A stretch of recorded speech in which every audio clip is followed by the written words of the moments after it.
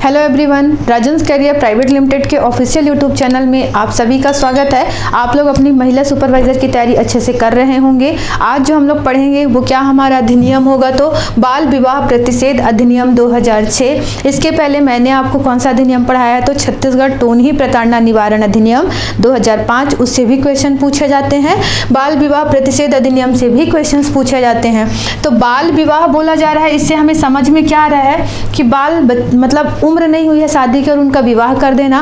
तो इसमें जो आपको टाइम ध्यान रखना है या एज ध्यान रखना है, तो लड़की की उम्र जो होगी वो कितनी होगी, तो 18 साल से अगर कम है तो बाल विवाह है। और अगर लड़के की उम्र बोली जाए, बालक की उम्र वो 21 साल से कम है, तो क्या हो जाएगा, बाल विवाह होगा। आपको ये पहले ध्यान रखना है। हो सकता है आपसे क्वेश्चन ऐसे ही पूछ। तो ये अधिनियम लागू कब हुआ, हम थोड़ा इस पर देख लेते हैं। तो देखिए, भारत गणराज्य के किस वर्ष लागू हुआ, तो देखिए 57 वर्ष 57 वर्ष पर यह अधिनियम लागू हुआ है। ये आपको ध्यान रखना है। अब ये कैसे काउंट करेंगे कि आपका 57 आए, तो काउंट करना मैंने इसके पहले भी बताया है। आप चाहो तो इसको डायरेक्ट याद कर लो, या फिर ऐसे याद करो कि 10 जनवरी 2007 को यह अधिनियम लागू हुआ। तो वहां से अगर आप काउंट करते हो, गणराज्य बोला है अर्थात 26 जनवरी 1950 से काउंट करिए, और ये काउंट कहां तक होगा, 10 जनवरी 2007 तक। तो कितने वर्ष आ जाएंगे आपके, 57 वर्ष 57 वर्ष आ जाएंगे। ठीक है। कुल धारा की अगर हम बात करें तो इस अधिनियम में कुल कितनी धारा है, तो 21 धारा है। ये भी ध्यान रखिए। धारा 1 में किसी भी अधिनियम को हम पढ़ते हैं तो ज्यादातर धारा 1 में क्या होता है, उसका नाम होता है, संक्षिप्त नाम, उसका विस्तार कहाँ है और वो लागू कब हुआ है, ये चीज रहता है। धारा 2 में हम ज्यादातर परिभाषाओं को पढ़ते हैं। ठीक है। सारी धारा आपको 21 पढ़नी है क्या, बिल्कुल नहीं, इंपॉर्टेंट धाराओं को आपको देखना होगा। ठीक है। धारा 1 में क्या है आपका, तो संक्षिप्त नाम, विस्तार और प्रारंभ। ठीक है। तो देखिए इसका नाम क्या होगा, तो देख लो आप लोग, संक्षिप्त नाम बाल विवाह प्रतिषेध अधिनियम 2006 नाम होगा। इसका विस्तार कहाँ है, तो जम्मू कश्मीर राज्य के सिवाय संपूर्ण भारत में। ठीक है। इसके साथ में देखिए, भारत से बाहर तथा भारत से परे सभी नागरिकों को लागू होगा। ऐसे नागरिक जो विदेशों में भी रह रहे हैं भारत के, उन पर भी ये अधिनियम लागू होगा। ठीक है। परंतु इस अधिनियम में कोई, देखिए इस अधिनियम की कोई बात पांडिचेरी संघ के राज क्षेत्र से क्या है, रेनेसाओं को नहीं लागू होगा। अब रेनेसाओं क्या होता है, रेनेसा क्या होता है, तो ये थोड़ा सा याद रखो। तो आप लोग जब भी पढ़ते हो, एक शब्द आता है, आप लोग ध्यान दिए होंगे, तो एंग्लो इंडियन, ऐसा शब्द आपने सुना है। एंग्लो इंडियन हम किसे बोलते हैं, तो ब्रिटिश साम्राज्य था, यहाँ पे अंग्रेज लोग आए थे। अंग्रेजों ने क्या किया, यहाँ की महिलाओं से विवाह किया था, उनकी जो संतान उत्पन्न हुई उन्हें क्या बोला गया था, एंग्लो इंडियन। वैसे ही यहाँ पे फ्रांसीसी लोग भी तो आए थे। पांडिचेरी वाले क्षेत्र में कौन आया था, फ्रांस से आए हुए थे। उन्होंने भी क्या किया, यहाँ की महिलाओं से विवाह किया, और उनकी जो संतान हुई उन्हें क्या बोला गया, तो रेनेसा कहा गया था। ये याद रखिएगा। ठीक है। उन पर ये लागू नहीं होगा। चलिए नेक्स्ट देखते हैं हम लोग, ये तारीख कब से लागू माना जाएगा, तो आप डेट याद रखो, जो आपको बताया गया था वही चीज यहाँ पे लिखा हुआ है। ठीक है। नेक्स्ट अगर हम बात करें तो धारा 2, धारा 2 में क्या दिया हुआ है, परिभाषा। ठीक है। धारा 2 में किसकी परिभाषा है, तो धारा 2 के क में किसकी परिभाषा है, बालक की। इस अधिनियम के तहत बालक किसे कहा जाएगा, वो आपको ध्यान रखना है। ठीक है। तो इस अधिनियम के तहत देखिए, ऐसा व्यक्ति से अभिप्रेत है जिसने, यदि पुरुष है, यदि वो पुरुष है तो 21 वर्ष की आयु पूरी नहीं किया है तो वो बालक है। ठीक है। कितने वर्ष की आयु नहीं पूरी हुआ है, तो 21 वर्ष। ठीक है। यदि नारी है, अर्थात लड़की है, यदि नारी है तो कितने वर्ष की आयु होनी चाहिए, तो 18 वर्ष। 18 वर्ष की अगर आयु पूरी नहीं की है तो वो बालक है। ध्यान रखिएगा, क्या बाल विवाह के लिए है, तो लड़कों के लिए 21 साल और लड़कियों के लिए 18 वर्ष। इससे छोटे हैं तो वो बालक कहलाएंगे। अभी आप लोग एक चीज चर्चा में देखे होंगे कि लड़कियों की उम्र को 21 साल बढ़ाने की बात हमारे छत्तीसगढ़ में की गई। अब छत्तीसगढ़ शासन बोलिए या इसकी बात बढ़ाने की हुई है, अभी तक हुआ नहीं है। हमें जो भी पढ़ना है अधिनियम के हिसाब से पढ़ना, 18 वर्ष ही याद रखिएगा। ठीक है। नेक्स्ट देखते हैं, बाल विवाह किसे बाल विवाह बोला जाएगा, ऐसा विवाह जिसमें यदि पुरुष है तो 21 वर्ष की आयु पूरी नहीं हुई है, और यदि नारी है तो 18 वर्ष की आयु पूरी नहीं हुई है, उनकी शादी करा दोगे तो वो क्या कहलाएगा, बाल विवाह कहलाएगा। ठीक है। नेक्स्ट अगर हम देखें तो बाल विवाह देखिए, विवाह में संबंध में आने वाले पक्षकार किसे हम बोलेंगे? जो शादी कराएंगे उन्हें क्या बोला जाएगा?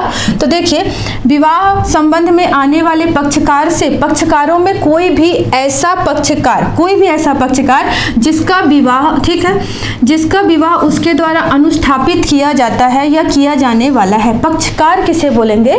तो जो विवाह का आयोजन करवाने वाला है उसे बोल दिया जाएगा पक्षकार। ठीक है। बाल विवाह प्रतिषेध अधिकारी, ठीक है, इस अधिनियम के तहत बाल विवाह प्रतिषेध अधिकारी, ठीक है, उसे किसमें? धारा 16 में इसके बारे में बात की गई है। और किसे कहेंगे? तो देखिए, इस अधिनियम के अधीन बाल विवाह प्रतिषेध अधिकारी भी होगा, ठीक है, जो नियुक्त किया जाएगा। नेक्स्ट अगर हम लोग बोले तो जिला न्यायालय, इस अधिनियम के तहत जिला न्यायालय किसे बोलेंगे? तो देखिए क्या लिखा हुआ है, ऐसे क्षेत्र जहां कुटुंब न्यायालय यानी फैमिली कोर्ट, कुटुंब न्यायालय अधिनियम के अंतर्गत धारा 3 के अधीन कुटुंब न्यायालय विद्यमान होने चाहिए। ऐसा कुटुंब न्यायालय और किसी ऐसे क्षेत्र जहां कुटुंब न्यायालय नहीं है। ठीक है, अब देखो ये सारी चीजें जो इतनी सारी लिखी हैं इसमें आप ध्यान रखिएगा, इस अधिनियम के तहत जितनी भी सुनवाई होगी वो कहाँ होगी? तो कुटुंब न्यायालय में होगी। अगर वो कुटुंब न्यायालय नहीं है तो जिला न्यायालय जो आप जानते हैं उसके अधीन न्यायालय में क्या होगा? सुनवाई होगी। बस यही बात बोलना चाहता है। ठीक है। नेक्स्ट इसमें हमें ये नहीं पढ़ना है अवयस्क किसे कहते हैं।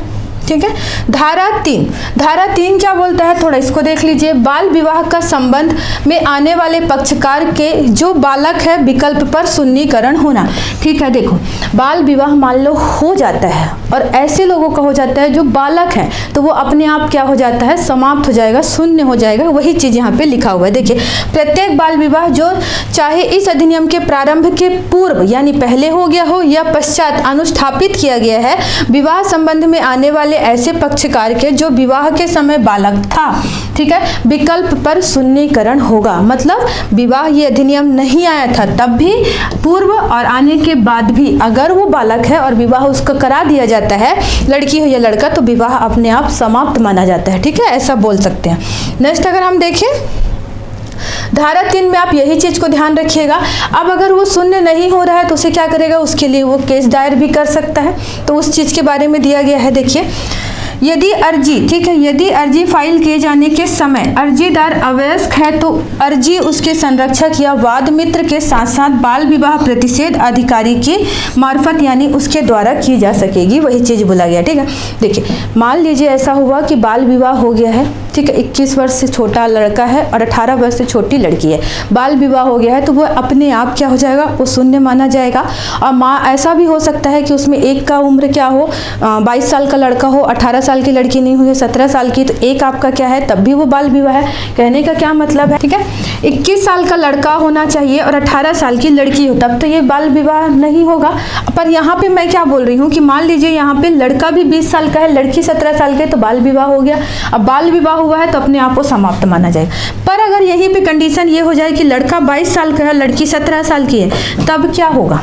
लड़का तो यहाँ पे वयस्क है, वो विवाह कर सकता था, मतलब विवाह के योग्य है, पर लड़की तो अभी छोटी, तब भी ये बाल विवाह है।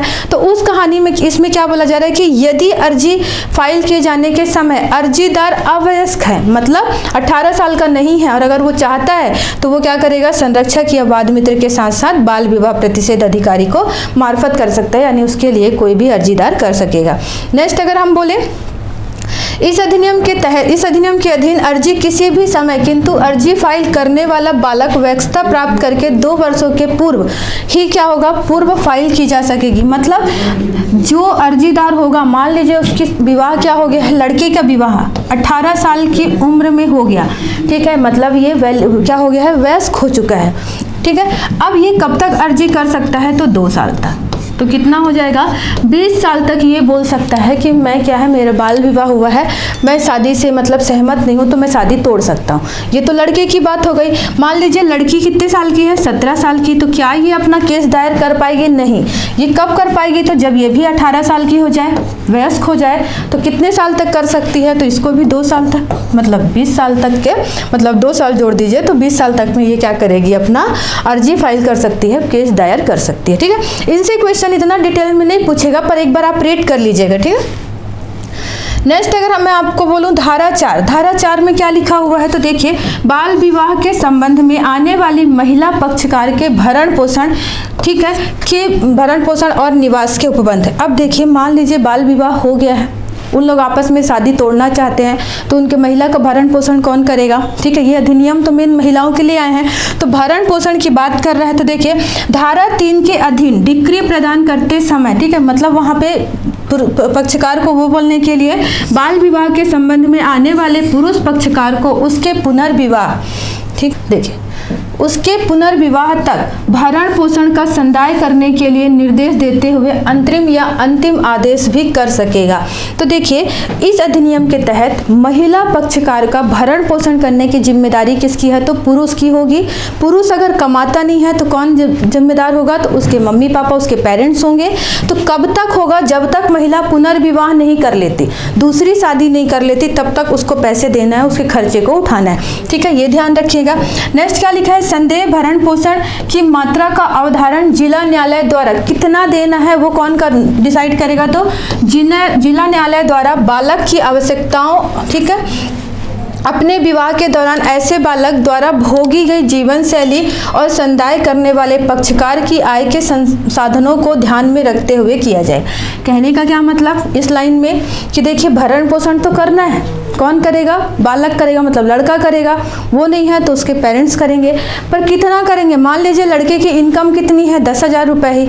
अब लड़की को खर्चा करने के लिए उसे 15,000 दे पाएगा क्या? बिल्कुल नहीं। तो वो क्या करेगा? जितनी उसकी आवश्यकता है, जीवन शैली में जितना आवश्यक है, जितना वो इनकम करता है, उसी आधार पर क्या करेगा? भरण पोषण देगा महिला को। वही बोलना चाहता है। ठीक है, भरण पोषण की देखिए जो रकम है मासिक हो सकती है, एक मुश्त राशि के रूप में प्रदान की जाएगी। मतलब महिला को जो राशि देना है या तो मासिक दे दो या एक साथ हर महीने दे दीजिए या एक साथ दे दीजिए। नेक्स्ट अगर बोला जाए, यदि धारा 3 के अधीन अर्जी देने वाला पक्षकार विवाह के संबंध में आने वाली महिला पक्षकार है तो जिला न्यायालय उसके पुनर्विवाह तक उसके निवास के लिए उपयुक्त आदेश भी कर सकती है। विवाह टूट गया है या विवाह तोड़ने वाला है तो क्या होगा इस अधिनियम के तहत कि मान लीजिए वो उस लड़के के घर या उसके घर में अपने ससुराल में वो रहना ही नहीं चाहती, तो ये आदेश दे सकता है कौन? कोर्ट आदेश देगा कि वो कहाँ रहेगी, उसकी व्यवस्था, रहने वहने की व्यवस्था भी कौन करेगा? तो न्यायालय उसकी व्यवस्था भी कर देगी, जब तक वो फिर से विवाह नहीं कर लेती तब तक। तो इससे हमें क्या समझ में आ रहा है कि ये अधिनियम तो मुख्य रूप से किसके लिए है? महिलाओं के लिए ही। ठीक है, नेक्स्ट धारा 5 क्या है आपका? बाल विवाह से जन्मे बालकों का भरण पोषण और अभिरक्षा। बहुत इंपॉर्टेंट है कि मान लीजिए दोनों का बाल विवाह हुआ है, दोनों में से कोई भी एक ऐसा है जो मतलब बाल विवाह उसका हुआ, एज नहीं हुई थी, तो अगर इस बीच में जो बच्चा जन्म लेगा उस बच्चे का भरण पोषण कौन करेगा? तो उसके लिए भी बताया गया है कि बाल विवाह से जन्मे बालकों का भरण पोषण और अभिरक्षा। तो इतना सब पढ़ने से पहले एक चीज मैं आपको बता दूं कि बाल विवाह में भी अगर बच्चे का जन्म हो जाता है तो भरण पोषण की पूरी जिम्मेदारी पुरुष की यानी लड़के की होगी। लड़का नहीं कमाता तो उसके घर वालों की होगी, महिला पर जिम्मेदारी नहीं आती। अब यही सब चीजें यहाँ पे लिखी हुई हैं। जहां बाल विवाह से जन्मे बालक, वहां जिला न्यायालय ऐसे बालकों की अभिरक्षा के लिए समुचित आदेश करेगा। ठीक है, उसकी रक्षा के लिए समुचित मतलब जो उचित हो, मम्मी के साथ रहना चाहे, पापा के साथ रहना चाहे, उसके आधार पर। ठीक है, इस धारा के अधीन किसी बालक की अभिरक्षा के लिए कोई आदेश के लिए आदेश करते समय बालक के कल्याण सर्वोत्तम हितों पर क्या होगा? जिला न्यायालय द्वारा सर्वोपरि ध्यान दिया, मतलब जो जरूरत है बच्चे पर उस पर ध्यान दिया जाएगा। ठीक है, अब देखिए, जिला न्यायालय विवाह के किसी पक्षकार या उनके माता पिता या संरक्षक द्वारा बालक के भरण पोषण का उपबंध करने के लिए समुचित आदेश देगा। समुचित आदेश मतलब जरूरत के हिसाब से। पैसा कौन देगा? तो उसका, अगर पिता बोलिए तो पिता देगा, लड़का कमा रहा है तो नहीं तो उसके पेरेंट्स देंगे।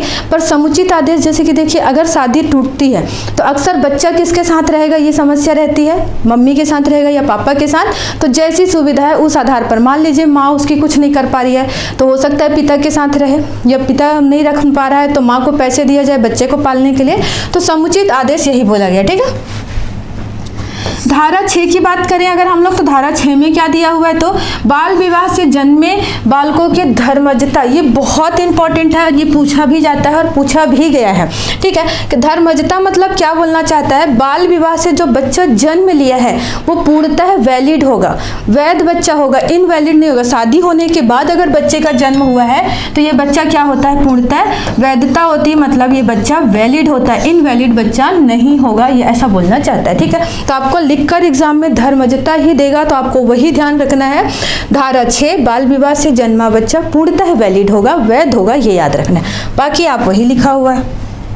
नेक्स्ट देखिए, धारा 7 में क्या बोला जा रहा है, जिला न्यायालय की धारा, ठीक है, जिला न्यायालय की धारा 4 और धारा 5 के अधीन जारी किए गए आदेशों को रूपांतरित करने की शक्ति, कोई भी आदेश को परिवर्तन या ट्रांसफर करने की शक्ति है। बाकी आपको कुछ नहीं पढ़ना है, ना ही इतना पूछा जाता है। ठीक है, धारा 8 क्या है, तो वह न्यायालय जिसमें अर्जी दी जानी चाहिए, तो इतना एक बार आप रेट कर सकते हो, पर मैं आपको धारा 8 बता दूं। धारा 8 में अगर कोई ऐसा है बाल विवाह हुआ है तो वो अर्जी कहाँ कर सकता है, तो जिस क्षेत्र में वो रहता है वहाँ पे, या फिर जहाँ उनका विवाह हुआ है वहाँ पास, या फिर कहीं और भी बाहर जाकर रह रहे हो। मान लीजिए एग्जाम्पल के लिए मैं बोलूँ, किसी ऐसे बाल विवाह हुआ जिनकी शादी दुर्ग में हुई है, अगर मैं यहाँ की बात करूँ तो मान लीजिए शादी कहाँ हुई है, दुर्ग में हुई है, तो वो यहाँ के न्यायालय में भी केस कर सकता है। पर शादी के बाद वो कमाने के लिए मान लो बिलासपुर चला गया है तो वो वहाँ भी कर सकता है। मान लीजिए लड़की कहीं और की है, जांजगीर चांपा की, तो वो वहाँ भी केस कर सकती है। मतलब जो उसके समीप में हो, जहाँ भी वो चाहे वो न्यायालय में केस कर सकती है, यही लाइन लिखी हुई है। ठीक है, नेक्स्ट अगर मैं बोलूँ आपका धारा 9, ठीक है, धारा 9 में क्या बोला जा रहा है, आपके बाल विवाह करने वाला पुरुष वयस्क के लिए दंड। अब ये इंपॉर्टेंट है, धारा 9 अगर आपका क्या बोला जा रहा है, तो धारा 9 में बाल विवाह करने वाला पुरुष अगर 18 साल का है तो उसके लिए क्या दंड होगा। कोई देखिए, जो कोई 18 वर्ष से अधिक आयु का पुरुष वयस्क होते हुए बाल विवाह करेगा वह कठोर कारावास जिसकी अवधि 2 वर्ष की हो सकेगी या जुर्माने से जो 1 लाख रुपए तक का होगा अथवा दोनों दंडनीय है। बहुत इंपॉर्टेंट, और इन्हीं से क्वेश्चन आपके एग्जाम में बनता है। तो बाल विवाह में क्या है, 18 वर्ष से क्या हो, 18 वर्ष से अधिक हो पुरुष यानी वयस्क हो, कितने साल तक के जेल हो, तो देखिए 2 वर्ष तक का उसको जेल होना चाहिए या जुर्माना, और नहीं बोला है ना, आपको शब्दों को ध्यान रखना है। 2 वर्ष तक का उसको क्या होगा, कारावास, कठोर कारावास या जुर्माना। जुर्माने की राशि 1 लाख रुपए होगी। ठीक है, कितनी होगी, तो 1 लाख रुपए जुर्माने की राशि होगी अथवा दोनों से। मतलब कहने का है 2 वर्ष का जेल हो सकता है या फिर 1 लाख रुपए का जुर्माना होगा, या ज्यादा आपको गंभीर लगेगा तो दोनों से भी वो क्या है, दंडित किया जा सकता है। मोस्ट इंपॉर्टेंट है धारा 9। ठीक है, धारा 10 क्या बोलता है आपका, बाल विवाह के अनुष्ठान करने के लिए दंड। अगर कोई इसका आयोजन करता है उसके लिए भी सजा है। अनुष्ठान मतलब उसका आयोजन, तो बाल विवाह के अनुष्ठान करने के लिए दंड। अगर यहाँ पे सीधा हम बोले तो देखिए 2 वर्ष का क्या होगा, उसको कठोर कारावास होगा। ठीक है, हो सकेगा, दंडनीय होगा, या और जुर्माना। वहाँ पे या था, यहाँ जुर्माना है। ठीक है, जो 1 लाख रुपए तक का होगा, या फिर दोनों दंडनीय हो सकेगा। देखो 2 साल का वहाँ भी था, यहाँ भी है, 1 लाख रुपए यहाँ भी देना है, वहाँ भी, पर यहाँ पे और है, और ऊपर में क्या था लड़के के लिए, या तो आप उसको 2 साल का जेल दो या फिर 1 लाख रुपए जुर्माना लगेगा, पर यहाँ पे दोनों हैं, जो अनुष्ठान करवाएगा उसके लिए। ठीक है, नेक्स्ट धारा 11 आपके लिए इतना इंपॉर्टेंट नहीं है। बाल विवाह के अनुष्ठान का संवर्धन करने वाले या उसे अनुज्ञात करने के लिए भी दंड है। मान लीजिए बाल विवाह किसी के घर में हो रहा है, ठीक है, और हम जाकर उसका समर्थन कर रहे हैं तो हमें भी उसकी सजा मिलेगी। वही चीज आपका क्या बोलना चाहता है, धारा 11। ठीक है, हमको पता है कि यह बाल विवाह हो रहा है, फिर भी हम जानबूझकर उसका समर्थन करेंगे तो हमें भी सजा मिलेगी। तो इसी चीज में आपको ध्यान रखना है। यहाँ भी दंडनीय अपराध क्या होगा, तो देखिए 2 वर्ष का कठोर कारावास होगा। ठीक है, 1 लाख रुपए की जुर्माना होगा। परंतु ये इंपॉर्टेंट फैक्ट है, परंतु कोई स्त्री कारावास से दंडित नहीं होगी। मान लीजिए किसी के यहाँ बाल विवाह हो रहा है और हम उसके यहाँ चले गए हैं, ठीक है, तो चले गए हैं, मान लीजिए मैं महिला हूँ तो मेरे साथ क्या होगा कि मुझे 1 लाख रुपए तो देना होगा, पर क्या होगा, कारावास नहीं होगा। यही चीज आपसे बोलना चाहता है कि बाल विवाह का समर्थन करने वाली अगर कोई महिला हो गई तो उसको 1 लाख रुपए तो देना होगा, पर उसको जेल नहीं जाना है। ये याद रखिएगा, ये फैक्ट आपके काम का है। ठीक है, नेक्स्ट बोलता है धारा 12 में क्या बोला आपका, कतिपय परिस्थितियों में किसी अवयस्क बालक के विवाह का शून्य होना, वो चीजें आपके धारा 12 इंपॉर्टेंट नहीं है, इसलिए हमें उसे ध्यान नहीं देना है। नेक्स्ट अगर हम, ठीक है, धारा 13 बाल विवाहों का प्रतिषिद्ध करने वाला व्यादेश यानी कि विशेष, ठीक है ध्यान रखिएगा, विशेष आदेश जारी करने की न्यायालय की शक्ति, ये इंपॉर्टेंट है। अब इससे क्वेश्चन कैसे पूछेगा, धारा 13 बाल विवाह को रोकने, प्रतिषिद्ध मतलब रोकना, करने का व्यादेश यानी विशेष आदेश जारी करने की शक्ति किसके पास होगी, तो न्यायालय के पास। बस इतना ही याद रखना है आपको, ठीक है। अब देखिए यहाँ पे क्या बोलता है, इस अधिनियम में, ठीक है, इस अधिनियम में किसी प्रतिकूल बात के होते हुए भी यदि प्रथम वर्ग न्यायिक मजिस्ट्रेट, महानगर मजिस्ट्रेट का बाल विवाह प्रतिषेध अधिकारी आवेदन पर या किसी अन्य व्यक्ति के परिवाद के माध्यम से या अन्यथा सूचना प्राप्त करने पर यह समाधान हो सके, इस अधिनियम का उल्लंघन में बाल विवाह तय किया गया है या उसका अनुष्ठान करता है, तो ऐसे में मजिस्ट्रेट के विरुद्ध क्या होगा, इसको विशेष प्रकार का आदेश जारी। मतलब कहने का क्या है कि देखिए, मान लीजिए पता चल रहा है कि वहाँ बाल विवाह है, उसको रोकने के लिए विशेष आदेश जारी करने का किसके पास है, तो ये बस आपको ध्यान रखिएगा, न्यायालय के पास शक्ति है, ठीक है। नेक्स्ट अगर हम लोग देखें, इनसे इतना ज़्यादा डिटेल में आप मेन चीज़ों को समझ गए होंगे, तो इतना सारा आपको पढ़ना भी नहीं है। पढ़ना चाहेंगे तो इसका PDF हमारे टेलीग्राम ग्रुप में आपको मिल जाएगा, आप इसको रीड कर सकते हैं, ठीक है। चलिए, फिर भी अगर क्या होता है, बाल विवाह को रोकने के लिए न्यायालय द्वारा विशेष आदेश जारी कर दिया गया, उसके बाद भी कोई नहीं मान रहा है और बाल विवाह करता है, तब की दशा में क्या होगा, तो देख लीजिए उस समय भी 2 वर्ष का क्या होगा, जेल होगा, मतलब कठोर कारावास होगा, 1 लाख रुपए का जुर्माना होगा, अथवा दोनों से क्या होगा, दंडनीय होगा, दोनों ही उनको लगेगा।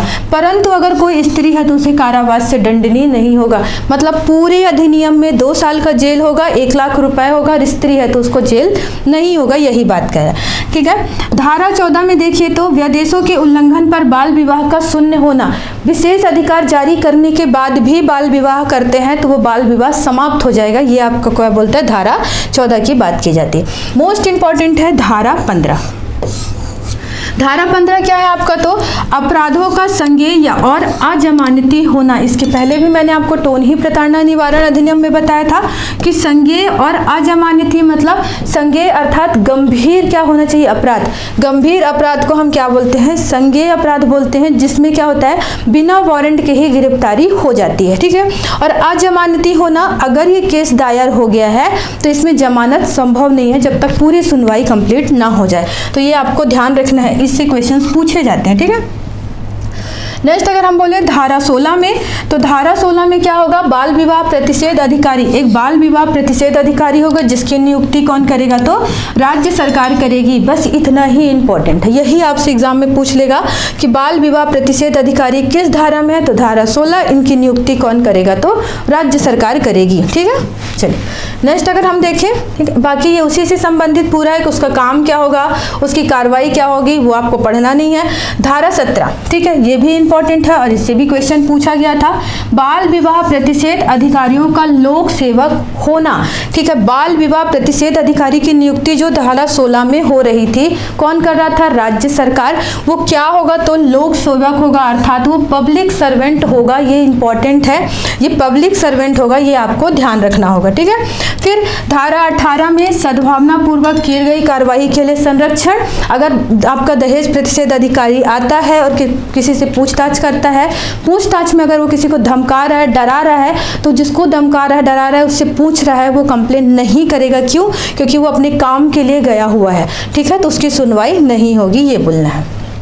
धारा 19 में क्या है, तो देखिए नियम बनाने की शक्ति किसके पास होगी, तो राज्य सरकार के पास होगी। नियम बनाने की शक्ति, इस अधिनियम के तहत नियम बनाने की शक्ति किसके पास है, तो राज्य सरकार के पास है। धारा 20, आपको ध्यान क्या रखना है इसमें, तो कुछ भी धारा 20 से एक ही चीज फैक्ट इंपॉर्टेंट है, हिंदू विवाह अधिनियम, ठीक है, 1955 की धारा पर जितनी भी चीज़ें लिखी हैं उसमें क्या होगा, तो कोई परिवर्तन या फिर संशोधन करना है वो इसके तहत ही है। हिंदू विवाह अधिनियम 1955, संशोधन जो भी किया जाएगा वो धारा 20 के बारे में दिया गया है, ठीक है। धारा आपकी 21 क्या बोलता है कि जब ये अधिनियम लागू हुआ होगा तो कौन सा अधिनियम समाप्त हो रहा है या ये अधिनियम किसको समाप्त करके लाया गया है। तो ध्यान रखिएगा, बाल विवाह अवरोध अधिनियम 1929 पूर्णतः समाप्त हुआ और ये विवाह आपका आ गया, बाल विवाह प्रति अधिनियम आपका ये वाला आया। तो आपको ये कुछ फैक्ट ध्यान रखना है, बहुत सारी चीज़ें आपको याद करने में दिक्कत हो सकती है। इसका PDF आप देख लेना और बार बार इसको रिवाइज करना, जितना मैंने आपको बोला है उतना ही पढ़िए, ठीक है। आज के लिए इतना ही, मिलते हैं हम अपने नेक्स्ट वीडियो में। धन्यवाद।